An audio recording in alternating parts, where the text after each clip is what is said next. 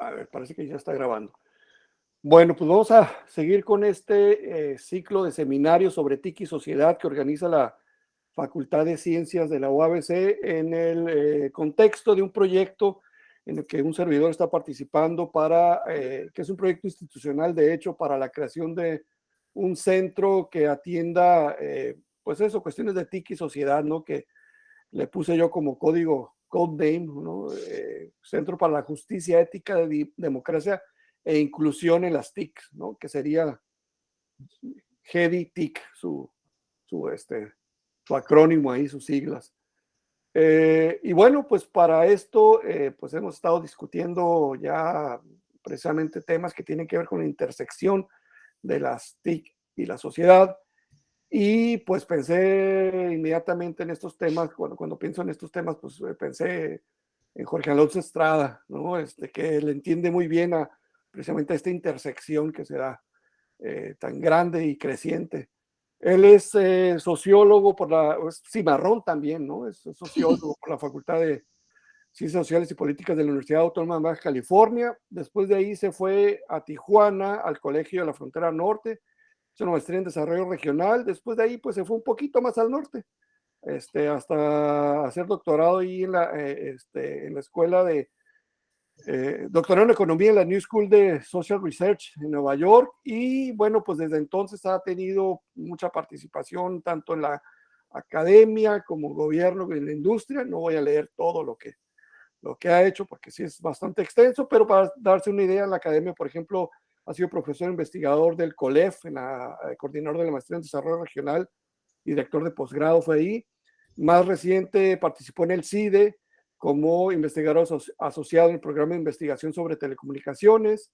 Les digo, en gobierno e industria también ha hecho bastantes cosas. Por ejemplo, ha sido asesor de la Comisión de Ciencia y Tecnología de la Cámara de Diputados, coordinador de asesores del Sistema Nacional y México, coordinador para la Sociedad de la Información y Conocimiento de la SCT, también ahí en la SCT, coordinador de organismos desconcentrados, fungió como director del programa fronterizo de cooperación tecnológica llamado Border Tech, y luego fue director de innovación, desarrollo y estrategia del Centro para la Integración de la Innovación y Tecnología, de la Innovación Tecnológica, donde de hecho colaboramos un poco ahí también. Y bueno, sus áreas de interés son la innovación, emprendimiento social y tecnológico, el estudio y puesta en marcha de empresas y sectores intensivos en conocimiento, el análisis y diseño de las políticas públicas para la ciencia, la innovación y el desarrollo empresarial, y las tecnologías para el desarrollo comunitario y social. Bueno, si quieres ve compartiendo las láminas, Jorge, para que luego platique sobre este tema de pobreza tecnológica, ¿no? Que yo conozco poco, pero pues seguramente escucharemos cosas. Muy bien, entonces comparto, no sé si la ventana o la pantalla entera, dice la ventana. Pues la ventana, prefiero. A ver, esperen.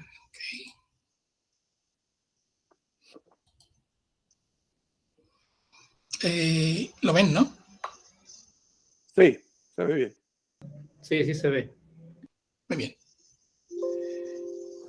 Bueno, antes que nada, muchas gracias por la invitación para compartir con ustedes algunas ideas acerca de pues, mi área de experiencia. Tengo pues ya bastantes años trabajando en estos temas que tienen que ver con la innovación tecnológica y sobre todo su impacto tanto en las trayectorias empresariales, en las trayectorias de las regiones, en las trayectorias de desarrollo de las regiones y en las comunidades marginadas. Se trata de un tema para mí crucial, digo, no solo por las razones de mi involucramiento en esto, sino sobre todo porque creo yo que ha recibido una reflexión que yo creo que es limitada, digamos, en términos de su alcance. Y por eso me parece importante, bueno, compartir esta idea. Esta idea nace a raíz del proyecto del grupo del CIDE, que realmente es un proyecto de escala latinoamericana y que ha hecho un trabajo de investigación bastante amplio en términos del uso de las tecnologías en todos estos proyectos, financiado desde Instituto de Desarrollo del Desarrollo Internacional, el Centro para Estudios del Desarrollo Internacional, de Investigación para el Desarrollo Internacional de Canadá, el IDRC. Y mediante este fondo se financiaron proyectos en África, en Asia y en distintos países, todos alrededor de analizar el impacto de los desarrollos tecnológicos y de la tecnología, y sobre todo la tecnología en el abatimiento de la pobreza. Entonces es un proyecto bastante amplio y ocupó bastante tiempo. Déjenme ponerlos por ahí, tengo que abrir aquí mi... Hay una evaluación de todos estos proyectos, está en línea y pueden ustedes pues si quieren darle un seguimiento, digamos. Insisto, se gastaron muchísimos millones, no sé si muchísimos millones, pero sí alrededor de unos 10 o 15 millones de dólares, digamos, en esos distintos proyectos, y aún algunos de ellos están en marcha, ¿no? Pero sí, es un proyecto que recibió un apoyo bastante significativo. Empiezo también con un comercial, porque este colaborativo de diseño, investigación para innovación social es un proyecto que estamos configurando un grupo de colegas y que es un proceso en marcha. Digamos, el colaborativo todavía como tal no existe, pero estamos trabajando en eso y aproveché la oportunidad para ponerlo aquí como comercial, el esfuerzo que estamos haciendo precisamente para continuar, digamos, con esta idea de no solo hacer investigación, sino seguir trabajando en el diseño social y comunitario de las tecnologías. El tema de la pobreza digital es una construcción que tiene una historia larga. Tiene una historia larga desde que existe la tecnología, desde que existe, por ejemplo, las telecomunicaciones, el radio y la televisión. Y se ha asociado, digamos, esas tecnologías a las posibilidades, el potencial de abatir la pobreza, la desigualdad social, etcétera, etcétera, ¿no? Entonces, se ha visto como un medio, un instrumento para lograr estos objetivos, ¿no? Aún hoy, fecha del año pasado, todavía la discusión sobre la brecha digital y el acceso digital pues se intensificó notablemente por el tema del COVID y del acceso que tenían o no los niños para darle continuidad a la escuela sin poder asistir físicamente, ¿no? Entonces, sí es un tema que tiene una continuidad, pero es un tema viejo, no es un tema nuevo, ¿no? Y mi enfoque aquí va a ser el siguiente. En primer lugar, quiero poner en contexto todo este tema de la pobreza y el abatimiento de la pobreza para poder entender qué estamos haciendo con la tecnología. En segundo lugar, me voy a dirigir al enfoque particular que estoy utilizando en esta presentación. Y después voy a tratar de analizar lo que yo llamo este metadispositivo de la pobreza digital, su origen, las tecnologías y la comunidad epistémica que funciona alrededor de esta idea, ¿no? Finalmente voy a tratar de cerrar con estas narrativas de fracaso. Es decir, hay una intensa literatura que analiza por qué esto no funciona. Y es básicamente a la tecnología que ustedes se vayan, van a encontrar una narrativa de fracaso, ¿no? Y lo último que quiero insistir, digamos, es que parte de la idea inicial, ¿no? Si esto fracasa de manera continua y si esto realmente no funciona, ¿por qué seguimos insistiendo? ¿Por qué seguimos haciendo lo mismo? Y bueno, esa es la idea en general. Me pueden interrumpir cuando quieran y quieran que aclaremos estos temas. La primera pregunta que me hago, si esto no funciona, ¿por qué? Para poder sacar este tema de la cuestión social de un poco de lo que vamos a estar analizando y no meternos en este argumento de si funciona o no funciona, etcétera, etcétera. Vamos a asumir la hipótesis de que no funciona. Y la hipótesis de que no funciona, digamos que no funciona la tecnología como un mecanismo para el abatimiento de la pobreza o para la mitigación de la pobreza o para resolver la brecha digital, o por lo menos las iniciativas que están orientadas, digamos, a esta idea, sería preguntarnos por qué. Y la hipótesis, yo quiero avanzar 2 tesis fundamentales acerca de por qué no funciona esto, ¿no? Son hipótesis y en ese sentido tampoco me interesa descalificar los proyectos, es al contrario, yo sigo involucrado en los proyectos y sigo promoviendo estas ideas, estos proyectos, pero sí quiero que pasemos de la ingenuidad de que todo esto es maravilloso a una idea más bien contraria, ¿no? Una contratesis, digamos, una counterfactual, ¿no? De inicio respecto a este planteamiento. En primer lugar, digamos, la razón por la que no funciona es que, ¿cuál es la hipótesis que está detrás? Básicamente la hipótesis que está detrás o la tesis que está detrás de todos estos esquemas es que los ricos, donde todo está bien, digamos,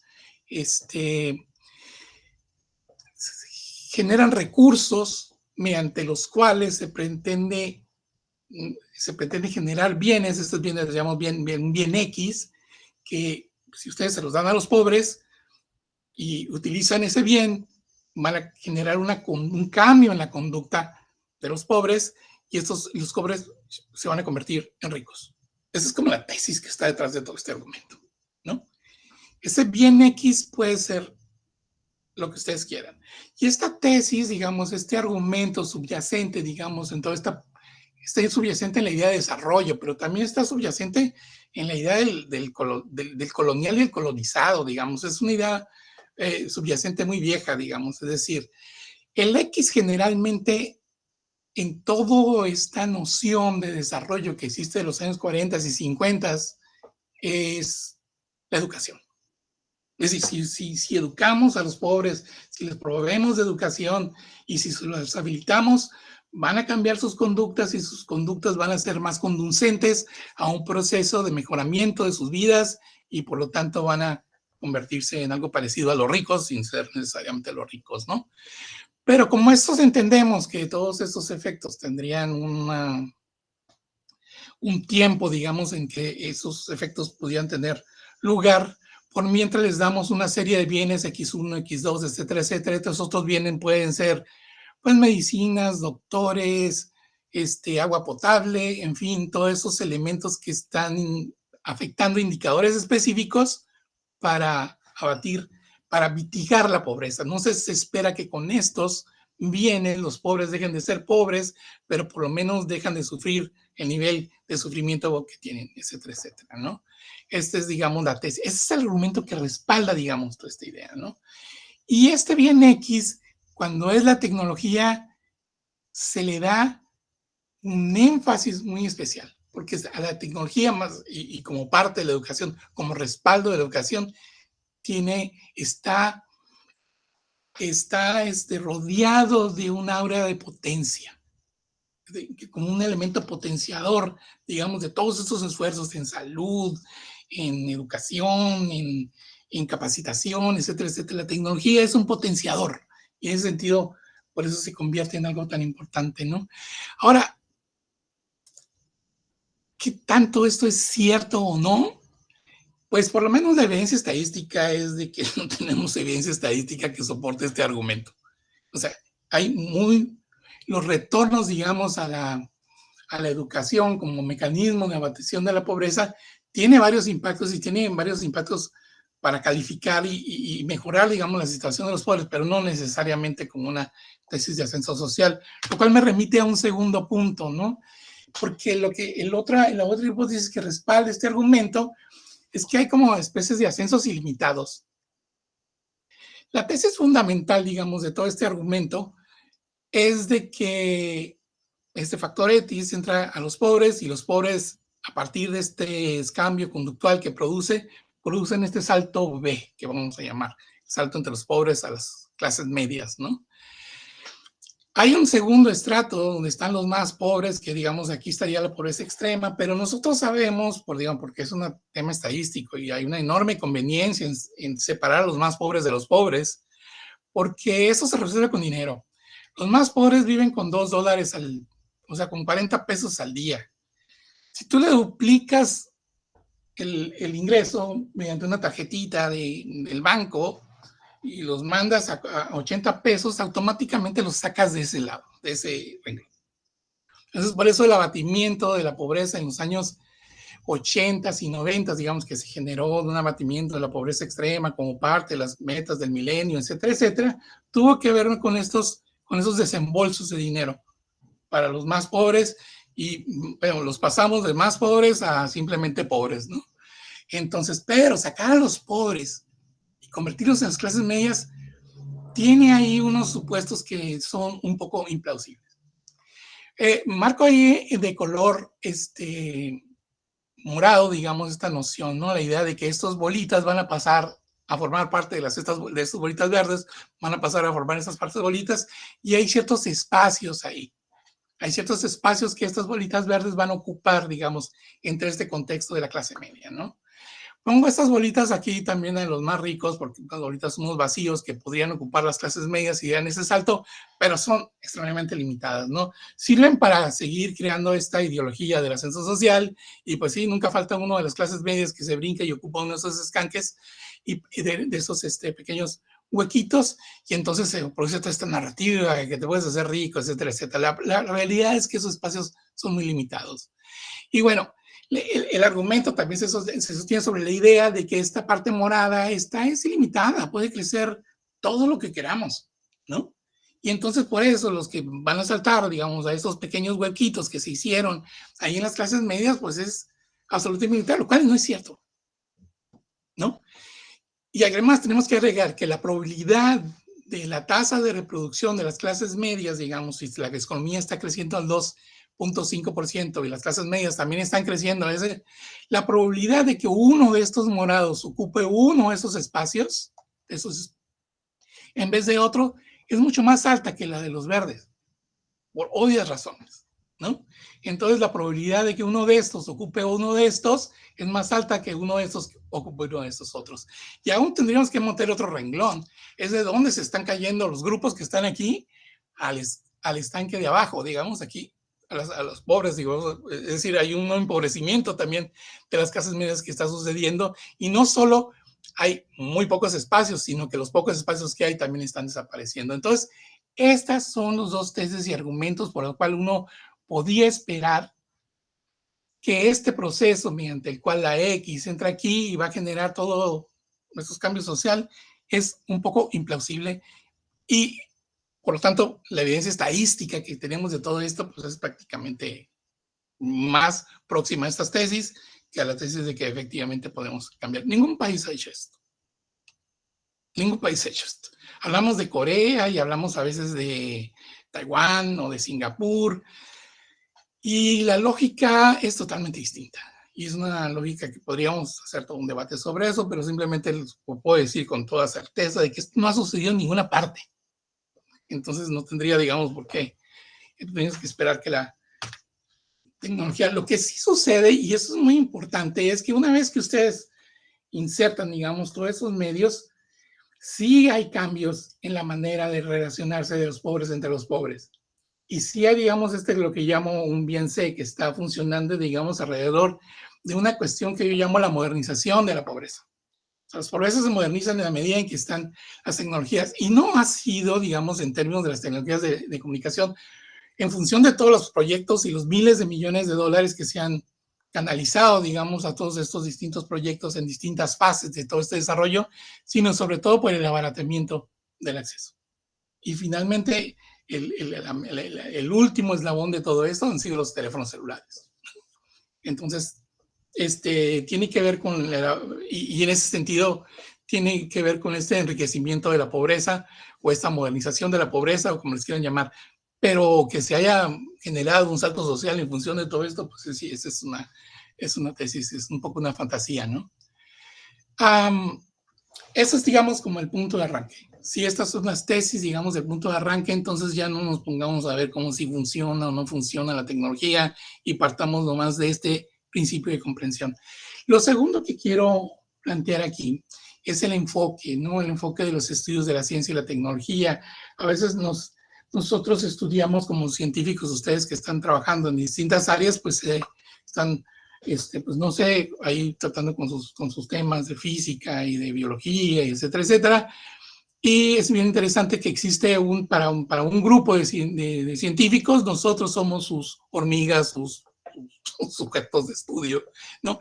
Y se dedican a estudiar científicos como si fueran, digamos, los mismos objetos que ustedes estudian en sus distintas disciplinas químicas, físicas. O sea, lo que hacen los científicos es objeto de todos estos estudios. Existe esta rama que llamamos los estudios de la ciencia y la tecnología.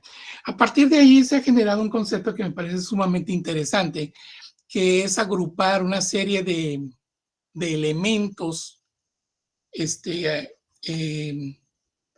altamente heterogéneos que constituyen ciertos entramados, redes o arreglos. Arreglos entre cosas materiales, institucionales, culturales, de narrativas, de prácticas sociales, etcétera, etcétera. Esos elementos los llama Foucault a partir de Microfísica del Poder, un libro que escribe Michel Foucault en esa entrevista desde 1977, que es, comprende, está totalmente enfocado por la parte de los discursos, en la idea de las instituciones, instituciones arquitectónicas, decisiones reglamentarias, leyes, medidas administrativas, etcétera, etcétera.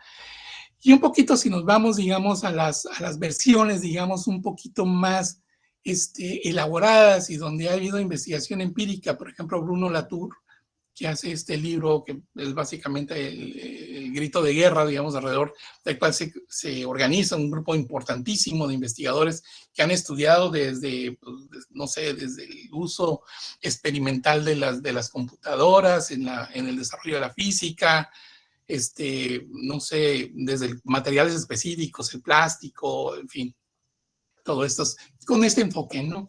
Pero el enfoque es el dispositivo.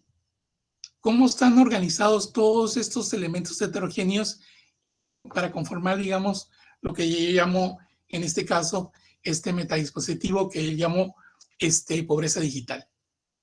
Y este dispositivo tiene una historia. O sea, la pobreza digital es una construcción social. Y esta construcción social tiene una historia importante y es la que es el objeto de esta narrativa, ¿no? 1239. A ver, ahora sí, ¿dudas hasta aquí? ¿Nadie? Dale. Continúo. No estoy...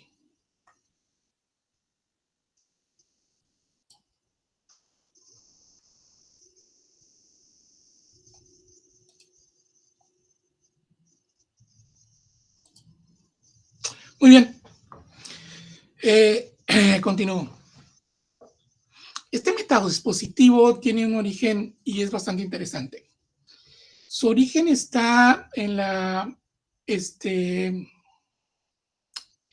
Organización Internacional de las Telecomunicaciones de las Naciones Unidas, del ITU, International, que básicamente lo que hace el ITU es básicamente administrar el espectro radioeléctrico. O sea, es un órgano regulador.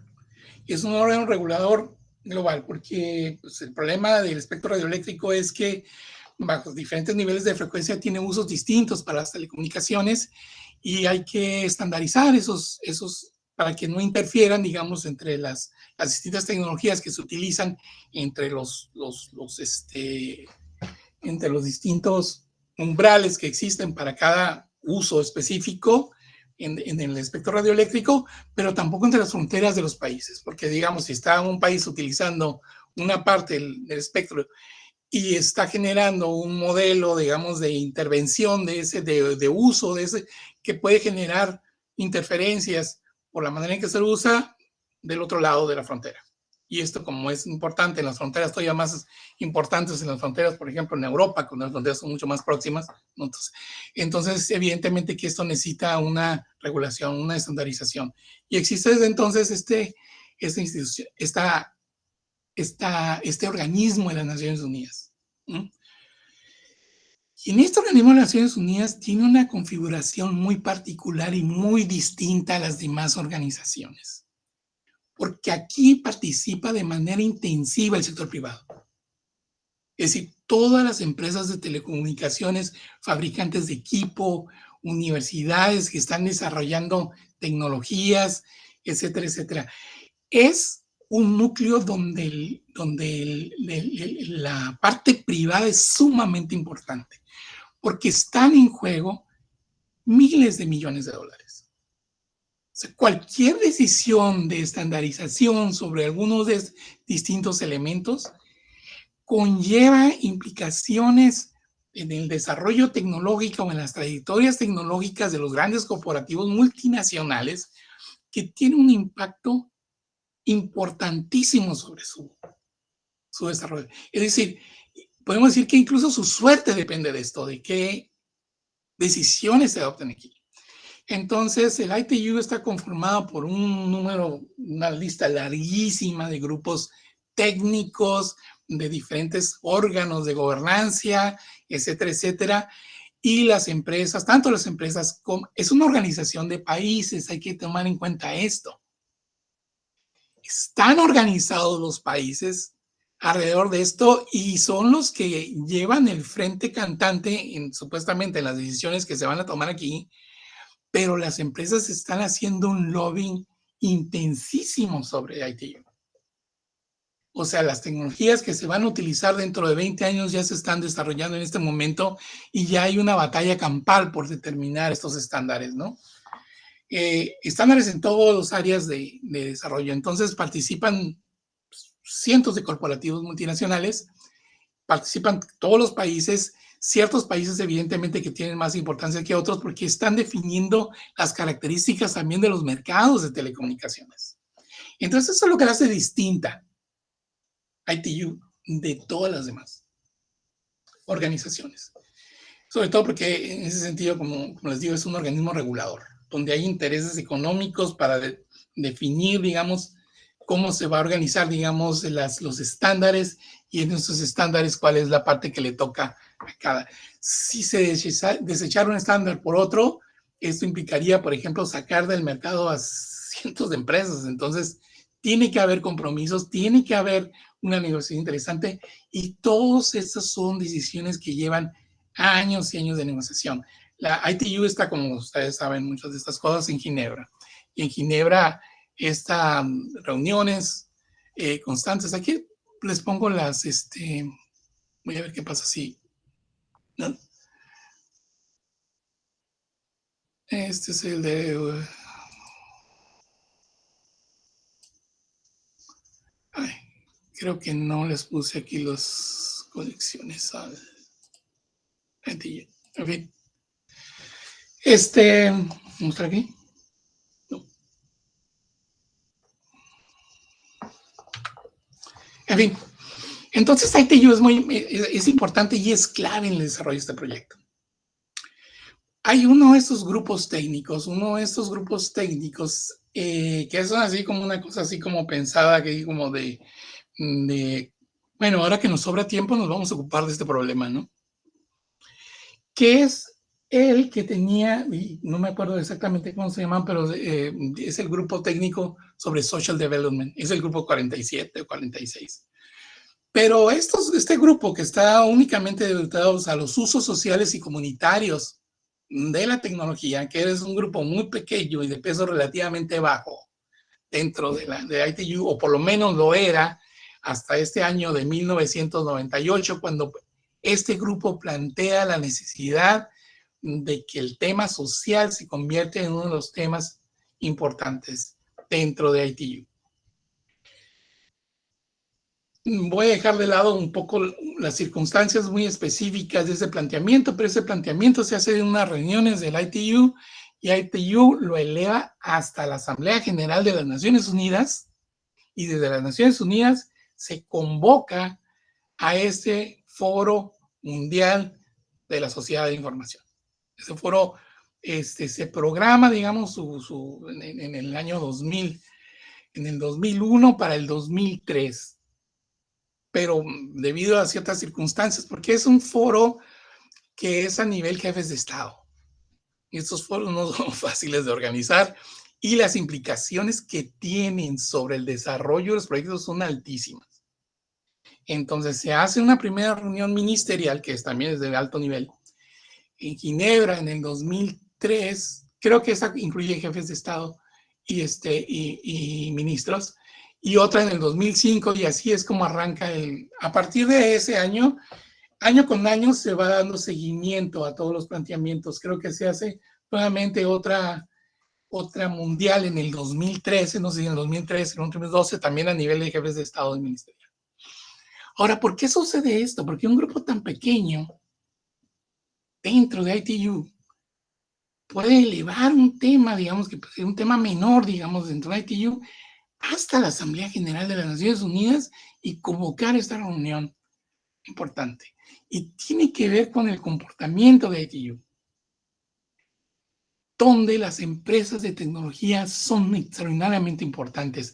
Y entonces, sí, por lo menos, y eso tiene que ver con digamos, la convergencia digital, es decir, las empresas de cómputo y las empresas de telecomunicaciones ascienden a una convergencia en la década de los 80s y 90s y van a tomar, digamos, con toda la digitalización de las telecomunicaciones, se va a generar todo este cambio muy profundo en todos los arreglos que había anteriores, digamos, dentro de la organización de la tecnología, y ahora las empresas de cómputo pasan a ser tan importantes como las empresas de telecomunicaciones. De ahí la razón y el interés de reconvertir eso. Entonces, le vamos a sumar a las empresas de telecomunicaciones, a las empresas involucradas en el cómputo. Notablemente Microsoft, notablemente Intel, notablemente todos los fabricantes de microchips, notablemente todos los fabricantes de computadoras, ¿no? Y además, hay aquí una oportunidad sumamente interesante, que es la suma de otras organizaciones de Naciones Unidas que también movilizan un alto nivel de recursos. Sobre todo la que tiene que ver con el desarrollo, UNDP y la UNTAD. UNESCO entra por el tema de educación naturalmente, entonces se les encarga a este grupo de entidades, de metaentidades, la construcción de todo este fórum, donde se van a establecer ciertos lineamientos y acciones que van a tomar todos los países para disminuir la brecha digital, que va a ser el tema crítico. Entonces, ¿qué es lo que estamos viendo con todo esto? Que se está creando todo este aparato gigantesco, ¿no? Que tiene un montón de dinero. Estamos hablando de billones de dólares. Ya sea a través de todos los fondos que están orientados a la mitigación de la pobreza a nivel mundial, los que están orientados a todos los esquemas de promoción de educación, de jóvenes, para el trabajo de mujeres, de empoderamiento de mujeres, de empoderamiento de grupos marginados, etcétera, etcétera. Y además, digamos, se suma, digamos, a que en este momento las empresas de tecnología están tratando de colonizar todo el renglón o toda la industria de la educación. La idea es llevar computadoras a todas las escuelas y que los niños tengan. Estamos hablando, digamos, de estos de los finales de los años y mediados de finales de los años 90. Y esto está sucediendo en los países desarrollados. Y la idea de Intel, Microsoft y todo eso es llevarlo a nivel mundial, ¿no? El siguiente billón de usuarios va a decir Intel y va a dedicar Intel, solamente Intel, $1 billón al desarrollo de estos proyectos. Entonces, esa es la historia, digamos.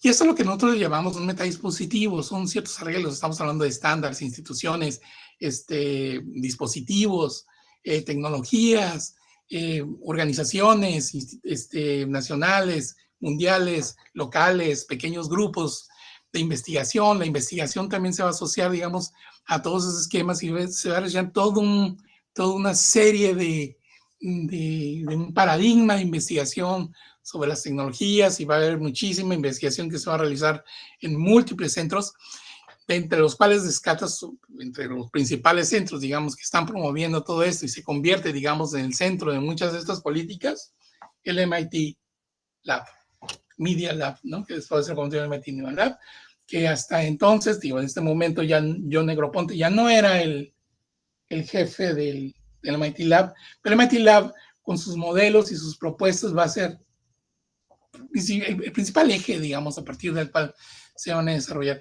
Y grupos de investigación que están haciendo todo tipo de investigación, de análisis de impacto, de las computadoras. Aquí se culmina, digamos, todo este proyecto de investigación que empezó en los años 80 y termina más o menos en los años 2000, que trataban de identificar los usos de la computadora personal en las diferentes áreas de impacto y sobre todo en el uso de las tecnologías por los grupos marginados, ¿no? Esto va a avanzar como en 3 fases importantes. La primera fase tiene que ver con los primeros programas y las primeras acciones que se emprendieron, y se le emprendieron los miembros de la conferencia de la Cumbre Mundial, que tuvo que ver con la instalación y llevarle a los pobres las computadoras. Ese era el objetivo en el 2005, y básicamente porque viene de ITU, y los de ITU, pues obviamente son los que regulan todo el comportamiento, digo, todo el tema satelital, ¿no? Pues la idea era de que la desigualdad está sobre todo en las áreas de alta marginación, donde no existe acceso a Internet, estamos hablando del año 2000, y por lo tanto los satélites son claves. Y la idea es poner puntos en todas estas áreas rurales, marginadas, geográficamente distantes, y poner ahí algo que el MIT Lab había desarrollado como el Centro Comunitario Digital, con un montón de aplicaciones para que los niños utilicen la computadora, etcétera, etcétera. Y se hicieron miles. México se comprometió a crear 10,000 centros. Más adelante voy a pasar ahí un poco la historia. Ahí tengo un link donde puede pasar toda la historia. 10,000 centros. Brasil se comprometió a hacer 30,000 o 40,000, 50,000, no sé. Yo cuando visité Brasil, el evento de ellos tenían aproximadamente, creo que 18,000 centros de esos comunitarios conectados. Ya no voy a hablar de India, de otros países como Indonesia, en África, etcétera, etcétera. La cuestión es que fueron miles y miles. O sea, estamos hablando de varios cientos de miles. Y también se hizo todo un programa de investigación alrededor de todas estas cosas, ¿no? Si funcionaban o no funcionaban. Acuérdense que estamos hablando de un momento en que las conexiones eran de 56 kbps, ¿no? Entonces, muchas de las aplicaciones de las que estamos hablando, pues tienen que ver básicamente con este nivel de uso, ¿no? Para el 2010 ya había cambiado bastante la tecnología, y el tema crítico aquí fue la banda ancha terrestre, ¿no? Para la banda ancha en ese entonces se considera que cualquier cosa que fuera arriba de 259 kbps se debería considerar banda ancha, ¿no? Y pasamos, digamos, de las PCs, que eran unos animalotes gigantescos que terminaban en centros comunitarios abandonados, etcétera, a la idea de que las laptops era como la clave, ¿no? Para evitar. Ese es el tipo de dispositivo. Y de ahí también nace, digamos, Negroponte se sale del MIT Media Lab para formar una organización que se llama One Laptop for Child, ¿no? Y a partir de ahí van a tratar de generar la famosa laptop de $100, que es básicamente en el que está involucrado y que comprometen a muchos países del mundo para comprar estas laptops. Y la idea es complementarla. Y ahí estamos viendo claramente. En todos les puse, digamos, el dispositivo y dispositivo PES de computación contra más telecomunicaciones, porque finalmente es lo que estamos viendo aquí, ¿no? La idea de juntar, digamos, estos dos mundos donde hay muchísimo dinero, donde hay todas unas configuraciones ahí súper interesantes de organizaciones de promoción, en fin, desde las más chiquitas a las más grandes. O sea, había aquí ¿Perdón? Me da la impresión que estás hablando de una lámina que no estamos viendo. Creo que estamos viendo la lámina del logo de la ITU y las demás organizaciones. Aquí a un lado dice 2005 PC satélites. Ya. Es que pensé que 2010 laptops. Ya, sí, bien. Ok. Para el 2015 ya había cambiado todo este tema, y ahora eran los móviles, o sea, finalmente los teléfonos móviles, los smartphones, y la idea de la banda ancha móvil, ¿no? Y la conectividad de la banda ancha móvil, sobre todo el impacto fundamental se veía en las escuelas y en la parte laboral, pero las estrategias laborales aún siguen siendo secundarias, que las partes de las escuelas siguen siendo el tema crítico y los centros comunitarios siguen siendo el tema crítico, pero aquí ya se trata de la conectividad de área, ¿no? La idea es generar conectividad diaria y mediante la banda ancha móvil, y se empiezan a discutir algunas de las tecnologías que podrían tener un impacto positivo, digamos, es que tienen que ver con 5G y 4G.5, etcétera, etcétera. Desaparece, digamos, por aquí todo el tema de la importancia de los satélites y empieza a aparecer más, digamos, el tema de las conectividades y los canales y los rieles, digamos, sobre los que está fundado todas estas partes móviles. Es una movilización material totalmente distinta. Ya no es la misma movilización material. Y segundo, los mismos bajos de los costos de interconectividad y entre las distintas empresas y la conectividad de los usuarios y del acceso a Internet cambia también radicalmente esto, porque más bien es un efecto del mercado en el uso de los dispositivos. Los dispositivos, o sea, todo el mundo termina por tener un celular, o sea, hay en Jamaica el 90% en ese estudio que les voy a enseñar ahorita, se analiza que en Jamaica el 90% tienen un smartphone. Entonces, ya no estamos, entonces, si este es el dispositivo de cómputo y está en el uso de la ancha móvil, entonces, ¿cómo logramos resolver este problema que técnicamente ya está resuelto por el mercado, ¿no? Y a partir de 2020, gran parte de todos los esfuerzos que se van a realizar tienen que ver con lo que se llama la postconectividad. Y aquí el énfasis va a ser fundamentalmente en estrategias laborales. Lo que quiero señalar con todo esto es que la configuración tecnológica de esta noción de pobreza va cambiando en la medida en que va avanzando la tecnología. Las configuraciones se vuelven distintas, los actores se vuelven distintos, los elementos de política pública que se van a utilizar se vuelven distintos. Por ejemplo, el caso de la Secretaría de Comunicaciones a través del fondo en México. Gran parte de los usos que se utilizaron, digamos, originales, tenían que ver con esos centros comunitarios digitales en 2005, digamos. Para el 2015, ya el tema es totalmente conectar a las escuelas mediante Telnor, punto.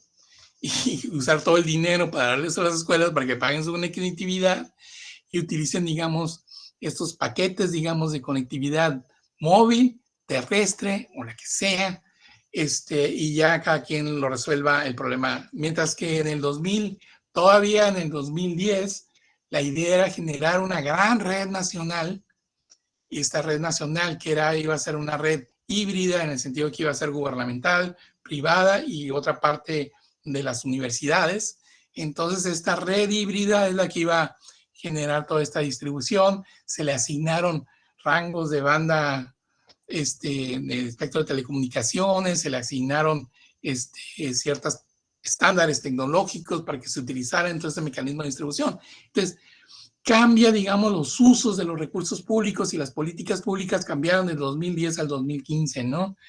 Y ahorita estamos todavía batallando, digamos, todavía estamos en la idea de Internet para todos, que es ahorita el programa de moda, y que no nos dicen exactamente cómo nos vamos a conectar. Están utilizando, digamos, cosas que se utilizaron antes y las están como juntando a ver si pueden hacer una política pública coherente que hasta el momento pues no existe, ¿no? Lo cual no es el caso en todo el resto del mundo. En el resto del mundo sí hay una política y sí ha habido, digamos, en algunos países un decantamiento, digamos, hacia ciertos modelos distintos de organizar la política pública y las relaciones con las organizaciones de la sociedad civil y en ese sentido cambia la configuración de esta noción de pobreza digital. Ahora, también como parte de toda esta configuración, aquí hay una organización de las Naciones Unidas. A ver, ¿cuánto tiempo llevo, Es la 1, empezamos, pues sí, tengo que terminar ya, ¿no? Sería...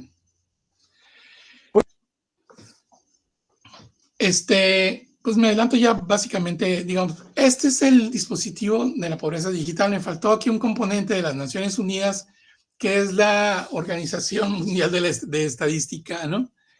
Social, que también es parte y organiza toda la construcción de los indicadores y los indicadores que deben tener los países y las metodologías que deben utilizar para medirlo todo.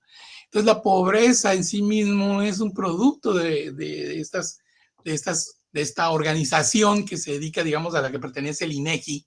El INEGI forma parte de esta organización de las Naciones Unidas y donde se definen los estándares de lo que debe ser y cómo debe organizarse la información, cuáles son las metodologías aceptadas, cuáles son los rangos que tienen que definirse y cómo deben definirse.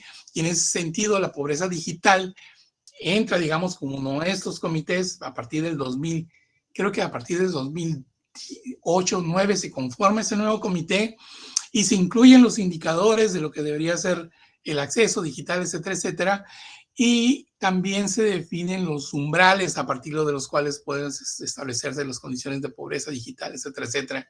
Entonces, esta también es una decisión negociada a escala global, digamos. Entonces, se va a definir todos estos elementos constitutivos y por eso me parece muy importante el texto al que hace referencia inicialmente con el desarrollo de toda esta plática, porque tiene que ver precisamente con la construcción de este modelo, ¿no? Este modelo de medición del impacto. Finalmente, aquí hay un aspecto interesante que me interesa enfatizar mucho, porque cada uno de estos elementos, digamos, que hemos analizado, digo, cada uno de los elementos constitutivos de esas distintas configuraciones que se van desarrollando en el tiempo de cómo está estructurada la pobreza digital y qué tipos de usos. Evidentemente que la pobreza digital no es la misma en el 2015 que en el 2000. Eso es lo que quiero decir con esto. Es decir, está configurada de una manera totalmente distinta y me remito, digamos, a este mismo planteamiento de aquí, es decir, este factor C está incidiendo en cómo está y cómo los pobres organizan sus distintas estrategias y qué papel juega la tecnología en la organización de sus estrategias, por ejemplo, de sobrevivencia para los usos, por ejemplo, laborales, etcétera, etcétera, ¿no? Y no solo los pobres, sino los ricos empobrecidos o los ricos que también ahora tienen que autoemplearse, de otra manera no podrían tener acceso a ningún trabajo. Ahora, lo que quiero decir con esto de la idea de las narrativas del fracaso es que siempre hay algo que no funciona.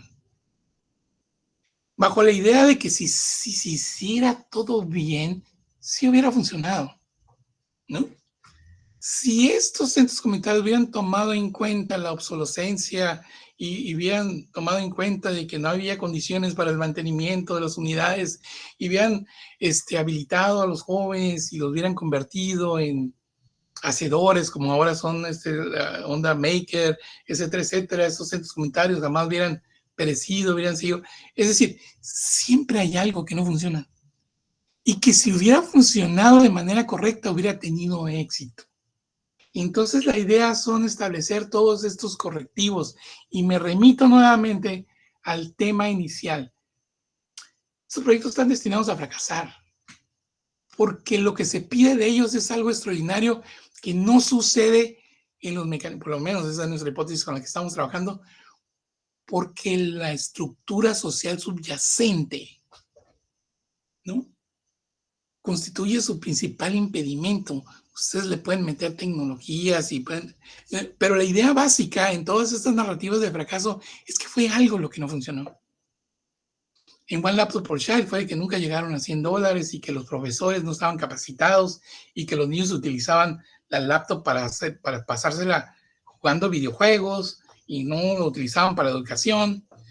Y la pregunta que uno le hace a estos críticos es, bueno, y si se la das a una niña en un país rico, ¿para qué crees que la va a usar? ¿No? O sea, si no es para estar jugando videojuegos, o sea, si se le entregas a un niño pobre, ¿por qué esperas que nada más lo utilice para la educación? ¿No? Ese tipo de argumentos que están involucrados en estas narrativas de fracaso, o sea, se le pide a la tecnología que algo que naturalmente no podría hacer, pero que en función de estas narrativas que llamamos de bala de plata, digamos, están en este esquema de planteamiento. Ahora, la pregunta es, ¿por qué seguimos haciendo lo mismo? ¿Por qué seguimos creyendo que con la tecnología vamos a mejorar la vida de la gente, que con la tecnología vamos a poder abatir la pobreza, porque con la tecnología y los medios que proponen la tecnología vamos a generar los encadenamientos necesarios en los cambios de conducta que van a... Y esa para mí es la pregunta más importante. Evidentemente que hay parte de la respuesta, ya se las di. Hay mucho dinero involucrado aquí, hay intereses importantísimos, tanto de los países, intereses políticos de los países, intereses económicos de las empresas, hay intereses de las organizaciones de la sociedad civil que reciben el financiamiento de todas estas fundaciones por mostrar que realmente están haciendo algo que tiene un impacto. Hay un interés fundamental, digamos, por parte de la sociedad en general de mostrar todas estas narrativas de que están haciendo algo por los pobres. Y yo sobre todo creo que hay una necesidad muy importante en muchos de los que estamos dedicados a estos, a sentir que estamos haciendo algo para cambiar el mundo. Si uno junta todos estos elementos y los pone, pues nos explica por qué seguimos haciendo esto, a pesar de que es profundamente ingenuo, ¿no? Es profundamente ingenuo pensar que ahora, y esto es para mí, con esta idea quisiera dejar, no quiere decir que no sea importante. No quiere decir que no produzca cambios. No quiere decir que no genere y habilite nuevas posibilidades. No hay que esperar que esas posibilidades hagan algo que no pueden hacer. Pero esto no quiere decir que no están haciendo algo. Y creo que hemos perdido aquí el foco, porque yo creo que hay que entender eso, cómo funciona la tecnología en esos contextos y de qué manera son estrategias que tienen potencialidades distintas a las que esperan los, pues no sé cómo llamarlos, a todos los profetas del desarrollo, ¿no? Es decir, que hay otras posibilidades que ni siquiera hemos explorado por estar clavados, digamos, en la idea de que tienen que solucionar estos grandes problemas que de manera subyacente la lógica social y económica nos dice que es, pues, si no imposible, por lo menos muy difícil, ¿no? Muy bien, yo aquí termino. Ok, muchas gracias, Jorge. Un par de compañeros se disculparon porque tenían que o una reunión o una clase. Pero bueno, alguien que quiera comentar algo, hacer una pregunta o hacer algún comentario con respecto a la presentación, nomás prenda su micrófono y adelante. Yo creo que es muy interesante todo esto que mencionas, Jorge. Sobre todo el último punto, ¿no? De perder la ingenuidad, ¿no? Y no pedirle peras al olmo. Ahora bien, yo soy un optimista, tú me conoces, puta, desde hace añísimos, ¿no? Entonces, me parece que hay un pequeño punto que valdría la pena rescatar de esto. Si bien es muy complicado brincar de pobres a clase media o de una de las capas estas a la otra, el hecho de estas nuevas barreras tecnológicas en cuanto al conocerlas o no conocerlas, ahora es más difícil si no cuentas con este conocimiento tecnológico brincar que antes, ¿no? Eso es lo que me parece, ¿no? Es decir, ahora pareciera ser obligatorio para poder brincar de capa el que tengas ciertas habilidades tecnológicas que antes simplemente no eran necesarias, ¿no? Entonces, si bien tal vez el tener estas capacidades no abonen a que puedas brincar de capa, el no tenerlas, pues sí aumenta la resistencia, ¿no? Sí, por supuesto, pero el mismo mercado se ha encargado de generalizarlas, ¿no? Fue a través de elementos de política pública, ¿no? Porque con la generalización del uso del smartphone, digamos, automáticamente todas esas competencias necesarias para el desarrollo, digamos, de algunas de estas habilidades tienen que ver con la disponibilidad del dispositivo y la conectividad que generó, digamos, este proceso de abaratamiento significativo, digamos, del acceso a la tecnología. Entonces, sí, por supuesto que tiene que ver con eso, pero está más o menos, digamos, son habilidades que ahora están más o menos generalizadas y ahora lo que se están preguntando todos estos cuates es, bueno, pues están totalmente generalizadas y ya todo el mundo tiene acceso a un dispositivo, ya tiene acceso a la conectividad, entonces, ¿qué está pasando? ¿No? Sí, por supuesto. Obviamente, el drenaje en tu colonia hace mucho más por aliviar la pobreza que tengas una laptop, ¿no? Claro. Y un año de educación más de una mamá, de una mujer, digamos, en situación de pobreza marginal, tiene mucho mayor impacto, digamos, en el abatimiento y en la mitigación de la pobreza que cualquier otro factor. Cualquier otro factor, sí. Que cualquier otro factor que puedas estudiar, por ejemplo, pero no se invierte en eso. Ajá. Se invierten miles y cientos de millones de dólares en esto otro, en esto que tiene que ver con la tecnología, etcétera, etcétera, pero no en aumentar la escolaridad de las niñas, ¿no? Por ejemplo, digamos, por dar un solo ejemplo de usos alternativos de la política pública, ¿no? Ahora también se hace mucha investigación si las tecnologías empoderan a las mujeres o no, etcétera, etcétera, ¿no? Pero el hecho de que la escolaridad de las mujeres en situaciones de marginalidad tiene un altísimo impacto sobre todo eso. Pues que, bueno, perdón, no sé si querías comentar algo más, Poncho. No, nada más, ahorita que comenta esto, Jorge, de las mujeres, creo que ese dato, por allá, la primera vez que se lo oí fue por allá por el 2005, una cosa así. Sí. O sea, de ese tamaño estamos hablando, ¿no? Lo sabemos desde hace muchísimo tiempo, ¿no? Es un, sí. Sí, luego, bueno, tú ya también lo dijiste, de por qué se sigue insistiendo en esto, pues bueno, pues porque hay dinero ahí, ¿no? En meter drenaje a las colonias, en hacer otras cosas más básicas, digamos, si vemos la pirámide de Maslow o algo así, algo más básico, pues ahí no hay tanto dinero, pues, no digo, ahí no es tan sexy, no va a ganar Intel, no va a ganar nada de ellos. La fundación de Bill Gates, pues sí se mete en ese tipo de cosas más básicas, diseñar nuevos sanitarios y otras cosas, pues porque él, bueno, él tiene otras intenciones con su fundación, ¿no? Microsoft sigue haciendo el technology push, ¿no? Por donde puede y se mete en esos grupos que siguen haciendo lo mismo. Y con la fundación de Bill Gates, pues hace otras cosas porque, bueno, tiene otras intenciones.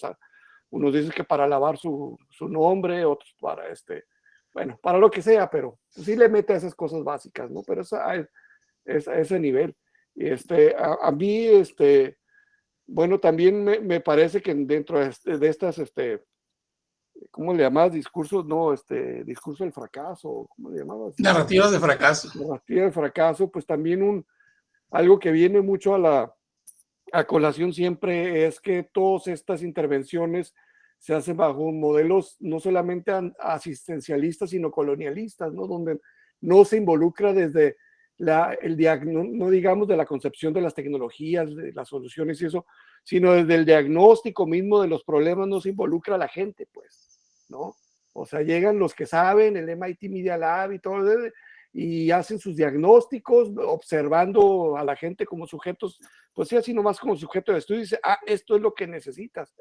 Y en realidad nunca involucraron a las personas, y si le hubieran preguntado a las personas, dijeran, pues sí, está muy suave, que me vengas a poner aquí la enciclomedia, lo que sea, pero pues no tenemos ni luz, no tenemos ni agua, no tenemos nada de esto, ¿no?